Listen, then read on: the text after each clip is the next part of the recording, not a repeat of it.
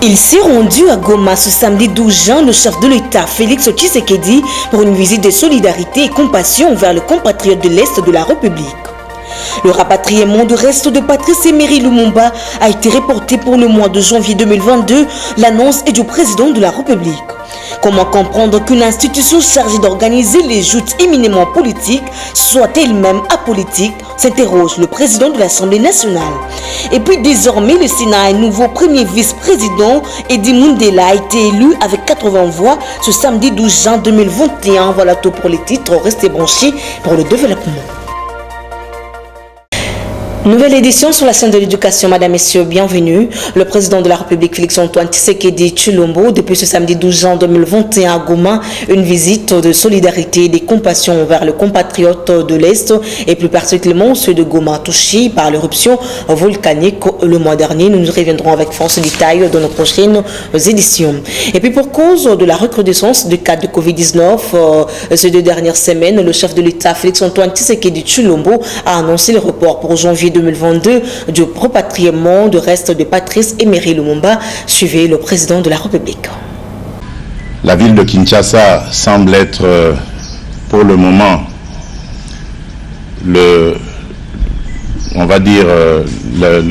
la ville la plus atteinte de cette recrudescence et nous devons tout mettre en œuvre, bien entendu, pour faire face à cette recrudescence. Alors, comme je vous l'ai dit, cela a malheureusement eu pour conséquence le report de la cérémonie d'hommage à notre héros national, le Premier ministre Patrice Emery Lumumba, dont les reliques funéraires auraient dû être rapatriées dans son pays natal. Les hommages allaient commencer à partir du 21 juin en Belgique avec les autorités belges pour se poursuivre ici au Congo en passant par les villes de Lumumba-Ville dans le Sankourou et de Kisangani, 2 places fortes qui ont marqué la vie de notre héros national, pour terminé le 30 juin par des hommages nationaux, ici même à Kinshasa, à la place que nous connaissons comme étant nommée l'échangeur de Limété.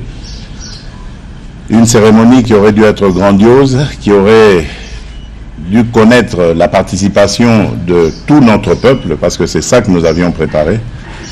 Mais malheureusement, comme je vous l'ai dit en prélude de cette communication, ça n'a pas été possible de la tenir. Il faut se rendre à l'évidence, il faut privilégier la santé de nos compatriotes et donc malheureusement je suis au regret d'annoncer le report de cette cérémonie. Ce n'est qu'un report qui nous verra refaire la même chose. Peut-être que c'est Dieu qui l'a voulu ainsi pour que la cérémonie soit encore plus grandiose. Et donc elle est reportée au 17 janvier de l'année prochaine. Et il y aura la même chose, les hommages en Belgique, les hommages au Sankourou et à Kisangani. Et enfin, le clou de cette cérémonie sera ici à Kinshasa à cette période-là. Donc, le nouveau programme de la récupération, du rapatriement et de l'inhumation de la dépouille aura lieu du 8 au 17 janvier de l'année prochaine. Je l'ai dit dans les titres, Edi Mundela est désormais premier vice-président du Sénat. Ce dernier a été élu par le sénateur ce samedi 12 juin 2021 au cours d'une plénière présidée par Modeste Bahati Lukobo. Il a obtenu 80 voix sur 92 votants. Suivez ses premières réactions. Nous sommes des élus des élus. Ce sont nous qui ramenons les déshydratats de nos bases aux institutions Et nous devons travailler tous en synergie pour que nous puissions améliorer les conditions de vie de nos populations et aussi veiller à ce que les élections libres, transparentes et démocratiques puissent être organisées. Il a fallu travailler et nous avons travaillé. Il a fallu convaincre chacun d'eux et vous avez vu les résultats. On m'a accordé le suffrage, 80 voix sur le 92 prévus. Donc c'était un travail collectif, en équipe. On a travaillé, on a su convaincre. Nous nous mettons à la disposition de tous. Quittons la chambre haute du Parlement pour prendre la chambre basse du Parlement. Polémique autour de la nouvelle loi organique de la CENI votée par les deux chambres du Parlement. Christophe Mbosso Koudiampoanga, président de l'Assemblée nationale, s'interroge comment comprendre qu'une institution qui est chargée d'organiser les joutes éminemment politiques soit elle-même apolitique. On l'écoute. Comment comprendre qu'une institution qui est chargée d'organiser des joutes éminemment politique soit elle-même apolitique? Les jours de vote, les membres de la CENI, comme tous les autres citoyens, expriment leur suffrage dans l'urne. Démocratie, élection, institution d'appui à la démocratie. Tous ces concepts ne sont-ils pas éminemment politiques? C'est ici l'occasion de féliciter encore une fois le travail abattu par les élus du peuple que vous êtes, particulièrement en ce qui concerne cette proposition de loi. En effet, en lieu et place de cette illusoire dépolitisation, notre préoccupation en tant que représentant du peuple a été plutôt de renforcer l'indépendance, la neutralité et l'impartialité de la CENI et lutter contre toutes les velléités de son instrumentalisation, garantir l'égalité des chances à tous les compétiteurs électoraux.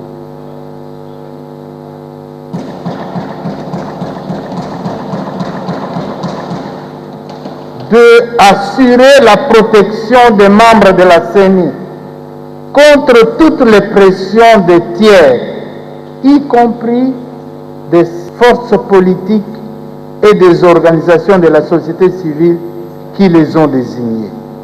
3. Soumettre la gestion de la CENI à un contrôle interne et externe effectif, conformément à la Constitution et aux lois de la République. La CENI doit avoir un contrôle interne et le contrôle externe de la CENI, c'est celle qui est exercée par l'Assemblée nationale et par les cours et tribunaux. Qui dirait mieux? Avant, est-ce que cela existait? C'est dans ce sens que la réforme initiée a apporté, entre autres, des innovations essentielles ci-après. 1. L'interdiction des composantes qui ont désigné les membres à la CENI de les retirer, les changer ou les contraindre à la démission par des pressions de quelque nature que ce soit au cours du mandat. 2. L'institution de la sanction collective ou individuelle de déchéance des membres du bureau prononcée par le Conseil d'État en cas de violation des dispositions légales relatives aux élections et à la CENI, afin d'éviter des abus de pouvoir et l'arbitraire dans leur chef. 3. L'institution de la sanction de démission des membres du bureau de la CENI en cas de non-dépôt du rapport de gestion dans les délais de 45 jours, ouvrable après l'ouverture de la session de mars ou la fin du processus électoral. 4. L'interdiction aux membres d'acquérir à quelque titre que ce soit ou de louer, directement ou indirectement, les biens de la CENI et de participer au marché public, la concernant sous peine de déchéance. Restant toujours à la chambre basse du Parlement où la commission PAJ était devant la presse le vendredi 11 juin 2021 pour le député national André Mbata, président de la commission PAJ. Cette nouvelle loi est meilleure que toutes les précédentes. Suivez-la. L'honorable rapporteur vous a donné l'économie générale de la proposition de loi qui va très rapidement devenir loi. L'objectif poursuivi, vous vous en doutez, c'est que le président de la République, son Excellence Félix Antoine Tshisekedi Tshilombo, l'Assemblée nationale, sous la direction de son bureau, l'ensemble des députés nationaux, nous sommes déterminés à aller aux élections dans les délais constitutionnels. Nous sommes déterminés, c'est pourquoi au niveau de la commission, nous avons tenu à accélérer ce processus pour que nous allions aux élections qui soient véritablement démocratiques, libres, transparentes. Bon, s'agissant de... C'est la société civile même qui a la présidence de la CENI. Écoutez, lors des débats au niveau de la commission, il y a eu aussi des questions, non? Le cycle électoral 2006, il y a eu des problèmes. 2011, des contestations. 2018, des contestations. Cycle électoral conduit par la CENI. Mais la CENI dirigée par qui? La société civile, confession religieuse. Mais les politiciens pouvaient aussi se dire non. En 2006, vous avez échoué. Vous avez créé, il y a eu des problèmes. En 2011, il y a eu des problèmes. En 2018, donc dorénavant, que ce soit un politique qui dirige la CENI. Nous ne sommes pas allés là-bas. Nous avons tenu justement à garder les choses telles qu'elles étaient prévues dans la loi. Donc, la société civile conserve la présidence de la CENI. La dernière signature, c'est la société civile confession religieuse. Voilà donc ce que je pouvais dire à ce sujet-là. Cette loi, nous pensons que c'est la meilleure de loi que nous puissions faire à ce stade. Elle garantit l'indépendance de la CENI et elle nous fait avancer pour l'organisation des élections véritablement démocratiques et transparentes. Je dois dire aussi une chose. Ceux qui parlent de réformes et réformettes, on peut faire toutes les réformes du monde. Mais si l'homme congolais lui-même, si le politicien ou le religieux ou celui de la société civile, s'il n'est pas réformé, vous pouvez avoir tous les meilleurs textes au monde. Les meilleurs textes ne peuvent rien suffire. C'est pourquoi la balle dans ce cas, dès que le président de la République aura promulgué la loi, il appartiendra à la majorité, à l'opposition et à la société civile de désigner les candidats les plus compétents, intègres, qui ont une indépendance d'esprit, qui ont une probité. Ce sont ces candidats-là qui vont appliquer la loi de la réforme, la loi en question, qui pourront nous conduire effectivement à de bonnes élections. Dans le même registre, du côté du député national Daniel Lombaou, rapporteur de la commission PAJ, cette nouvelle loi apporte de grandes innovations. Suivez-la. Il y a lieu de noter, sur 337 votants, 336 ont voté oui. Un seul élu a voté non et il n'y a eu aucune abstention. Et comme vous l'aurez remarqué, cette proposition de loi a été presque votée par acclamation. Certes, il y a eu des dissensions d'opinion, mais dans le fond, les élus se sont mis d'accord à l'unanimité pour faire passer cette proposition de loi.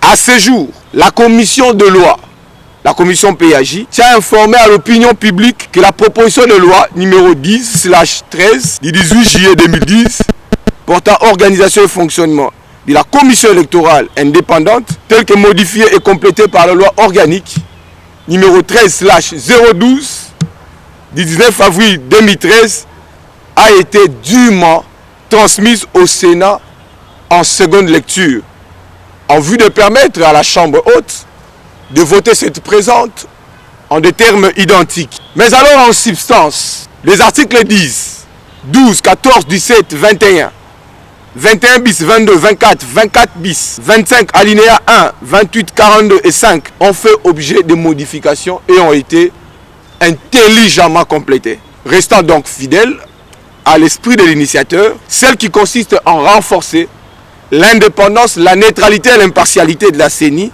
Afin de lutter contre toute velléité liée à son instrumentalisation, l'Assemblée plénière a ouvert donc brèche d'un pas entier à de nouveaux axes qu'on peut qualifier comme des innovations fondamentales et importantes. Ces innovations peuvent s'articuler autour des réajustements suivants. 1. La soumission désormais de la gestion de la CENI à un double contrôle. Le contrôle externe comme le contrôle interne. Et c'est donc conformément à la Constitution du 18 février 2006 et aux lois de la République. Deuxièmement, en termes d'innovation, il y a lieu de noter l'interdiction aux membres de la CENI d'acquérir à quelque titre que ce soit directement ou indirectement, des biens destinés à la CENI, ou même alors à participer au marché public concernant la CENI. Donc vous aurez remarqué que cette nouvelle proposition organise une forme de dépoussiérage du marché public qui concerne la quincaillerie électorale et tout ce qui concerne la CENI. En termes d'innovation encore, cette loi assure la protection, ça n'a jamais existé, la protection des membres de la CENI contre les pressions des tiers, on sait compris même ceux qui les ont désignés. Vous remarquerez que dans les incises de cette loi, il est dit expressis verbis qu'il est interdit aux composantes qui ont désigné les membres de la CENI de pouvoir soit les retirer, les changer ou de maintenir une quelconque pression sur le membre de la CENI. C'est strictement proscrit. Et donc c'est une innovation importante à retenir. 3. L'institution de la sanction collective et individuelle de la déchéance des membres de la CENI au cas où il se révélerait qu'un membre de la CENI viendrait à violer intentionnellement et dolosivement la présente loi organique. Et donc c'est une innovation importante. Ça n'a jamais existé en droit administratif congolais, qui est ouverture du champ matériel de la compétence du Conseil d'État, qui désormais, au-delà du fait que c'est une juridiction des actes administratifs, le Conseil d'État jugera des personnes pour des actes et des faits qui se rapportent à la déchéance. Revenons à la Chambre haute du Parlement. Le Sénat a à son tour voté en seconde lecture la proposition de loi portant organisation et fonctionnement de la Commission électorale nationale indépendante telle que modifiée par l'Assemblée nationale. Suivez le résultat du vote. Voici le résultat du vote. Sur 109 membres qui composent le Sénat, 95 membres ont pris part au vote. 95 membres ont voté oui. Aucun membre n'a voté non. Aucun membre n'a voté abstention. En conséquence, le Sénat vote la proposition de loi organique modifiant et complétant la loi organique portant organisation et fonctionnement de la Commission électorale nationale indépendante telle que modifiée et complétée par... Autre chose à présent, le comité national de 9e jeu de la francophonie a animé le vendredi 11 juin 2021 à Kinshasa une conférence de presse question d'évaluer les travaux de construction et de réhabilitation des infrastructures pouvant accueillir le 9e jeu de la francophonie et ensuite présenter le nouveau comité d'organisation de ce grand rendez-vous. Reportage de Sarah Kindela et Danny Meka.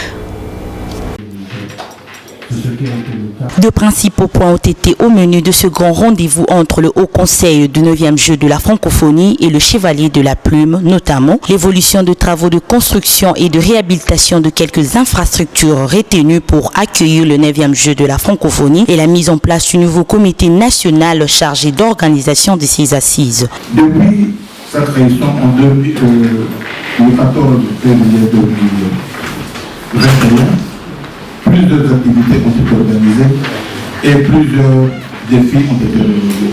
Au mois d'avril 2021, c'était le 28 avril, il a fallu convaincre le Conseil d'orientation qui s'était réuni à sa 19e session par rapport à l'état des lieux de préparatifs de la région de la francophonie. Pour faire comprendre à ceux qui ne le savent peut-être pas comment fonctionne le Haut Conseil de 9e jeu de la francophonie, le secrétaire général au sport, rapporteur adjoint du comité national Barthélémy Okito explique en substance. Le Haut Conseil est composé de 29 membres. Il y a un haut représentant du chef de l'État, il y a un conseiller spécial du chef de l'État, il y a 5 conseillers principaux du chef de l'État. Il y a un délégué général de la francophonie, c'est une dame. Il y a la représentante personnelle du chef de l'État de la francophonie, Madame Isabelle Mathieu-Tchombe. Il y a un délégué de l'ANER, il y a un délégué de la DGM, il y a un inspecteur provincial de la police qui fait partie. La République démocratique du Congo s'y prépare-t-elle réellement pour accueillir ces Jeux de la francophonie? Le directeur du Haut Conseil rassure l'opinion en ce terme.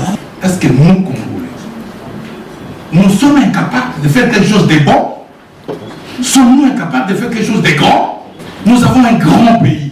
Pourquoi devons-nous toujours douter de nos capacités lorsque il est question pour la RDC d'organiser des grandes manifestations? En clair, l'une des priorités de membres du Haut Conseil est celle de finaliser la question de mobilisation de fonds et de mener un plaidoyer auprès du président de la République et au gouvernement afin d'obtenir rapidement le moyen nécessaire pour permettre d'accélérer les travaux et respecter l'échéance fixée par le comité international. Et puis parlons sécurité, les agents de l'ordre du commissariat urbain de Moamba ont mis la main à un voleur qui s'illustre dans la pratique de vol de moto au quartier Salongo dans la commune de Lemba. Les explications avec Sarah Kinela, une fois de plus. Il a été appréhendé en flagrance par les agents de la police, un certain monsieur Kadima, qui s'illustre dans la pratique de vol de moto dans cette partie de Kinshasa.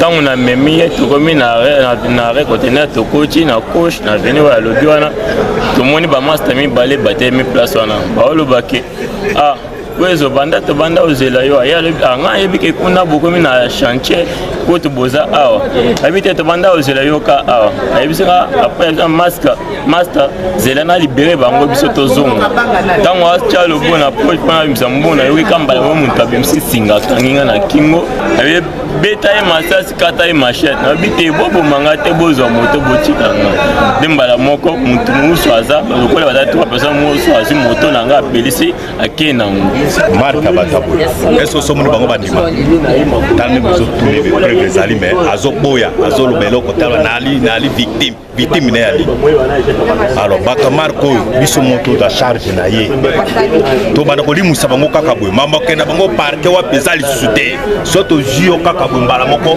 vers okay biso avanti ba côté li petit fond na biso na ndako bakati e mutu bakati na liboko bakulu na ko fo ba kende ba vanda pemeni na batute bana biso na nozali ya ko féliciter colonel Freddy bazali responsable ya police ya Moamba na musala makasi ya zosala alors bandeko lokola ba oyo na ba acte bazosala bazo mériter kozala na société on a ko encourager la police to kosenga na bakonzi ya mboka bazo disposition moko ezala spéciale. Signalons cependant que la scène s'est déroulée au quartier Salongo dans la commune de Lemba. Et pour chuter dans cette grande édition du journal, les agents et cadres de la RVA ont organisé un sit-in le vendredi 11 juin devant le bâtiment du ministère du portefeuille pour exiger le départ du président du conseil d'administration. Bienvenue Liota. Dans leur moment, ces derniers demandent à la ministre du portefeuille de soutenir toutes les actions du chef de l'État. Témoin de l'événement, Delphin Tanoula. Devant le ministère du portefeuille, ces agents et cadres de la RVA, tous réunis d'un esprit commun, sont venus déposer leur mémorandum ce vendredi 11 juin 2021 pour dire non à la personne de Bienvenue Liota comme président du conseil d'administration. En effet, ces agents et cadres de la RVA soutiennent la mise en place faite par le directeur général intérimaire William Pambou et demandent par ailleurs au ministre du portefeuille Adel Kayinda de soutenir toutes les actions du chef de l'État Félix Tshisekedi Tshilombo. Jean-Pierre Tshibang Chamboui, cadre de la RVA, revient ici sur les contenus du mémo. Nous avons jugé de venir parler à notre maman, Madame la ministre, de poser ce que nous avons comme problème. Nous ne voulons plus du PCA Liota. Nous insistons. Liota, on ne veut plus entendre un monsieur Liota à la RVA. De deux, nous avons demandé que madame puisse soutenir notre DG Aïe Pambo Pambo en soutenant la mise en place que le DG a fait. Je pense que ce sont les deux mémos et les deux mots-clés que nous avons présentés au délégué de madame la ministre. À l'aéroport international de Chili, le président des associations des contrôleurs de la circulation routière aérienne de la RDC, Denis Mukoko, approuve son indignation face à la situation actuelle de la RVA. Vu la situation qui se vit à l'entreprise actuellement, nous avons ce souci-là, à ce que l'arbitrage vrai soit donné à cette entreprise, permettre à ceux qui dirigent, parce que quand on doit quelqu'un gérer l'entreprise, ça permet, il faut lui laisser le temps de s'exprimer. En ce qui concerne le social des agents et cadres, Denis Mukoko explique. Nous avons un problème de salaire aujourd'hui, mais c'est dû à quoi? Il y a des guéguerres par-ci par-là qui empêchent à ce que notre salaire arrive sur notre assiette. Il y a des guéguerres politico-administratives qui dérangent, qui fait que les gestionnaires, le comité de gestion actuel a des difficultés parce qu'on est bloqué quelque part. Donc pour nous, ça nous embête, ça commence un peu à nous agacer. Et c'est pourquoi nous aimerions même être en contact avec des ministres, les ministres de notre titre, dans les ministères qui gèrent aussi la RVA, c'est-à-dire particulièrement le portefeuille et les transports, et pourquoi pas le Premier ministre, et pourquoi pas aussi le président de la République. Accusé des actions en réaction suicidaire, Bienvenue Liota est celui qui contrecarre toutes les initiatives salutaires du directeur général intérimaire William Pambo Pambo. Vous avez certainement compris que ce journal a touché à sa fin. Vous nous avez pris en cours de diffusion. Voici l'essentiel de titres. Il s'est rendu à Goma ce samedi 12 juin, le chef de l'État, Félix-Antoine Tshisekedi Tshilombo, pour une visite de solidarité et compassion envers le compatriote de l'Est de la République. Le rapatriement de restes de Patrice Emery Lumumba a été reporté pour le mois de janvier 2022. L'annonce est du président de la République. Comment comprendre qu'une institution chargée d'organiser les joutes éminemment politiques soit elle-même apolitique? S'interroge le président de l'Assemblée nationale. Et puis désormais, le Sénat, un nouveau premier vice-président, Edi Mundela, a été élu avec 80 voix ce samedi 12 juin 2021. C'était là le rappel des titres fin complètement de cette grande édition du journal sur la chaîne de l'éducation dont la chefferie a été assumée par Franck Ouassanga. Un grand merci à toute l'équipe technique et rédactionnelle. Derrière la caméra, c'est de la Fantoudoula, Guillaume Ayamba, Laetitia Malota. Merci de nous rester toujours fidèles et excellente week-end chez vous. Au revoir.